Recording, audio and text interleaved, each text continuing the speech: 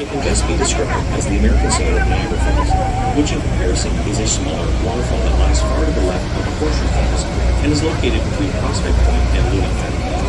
According to scientific study and historical research, it has been concluded that the American Falls will eventually transform into a succession of descending, reducing the erosion of Niagara Falls, and to this day, Niagara Falls remains a clean and significant source of hydroelectric power. There are over 500 waterfalls in the world today, but Niagara Falls is the biggest waterfall in the world for volume of water flowing at an average of 750,000 gallons per second.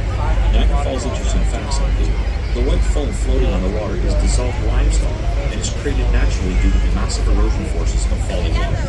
The height of the Canadian Falls is 107 feet, or 52 meters. The estimated crest line is 2,200 feet, or 670 meters.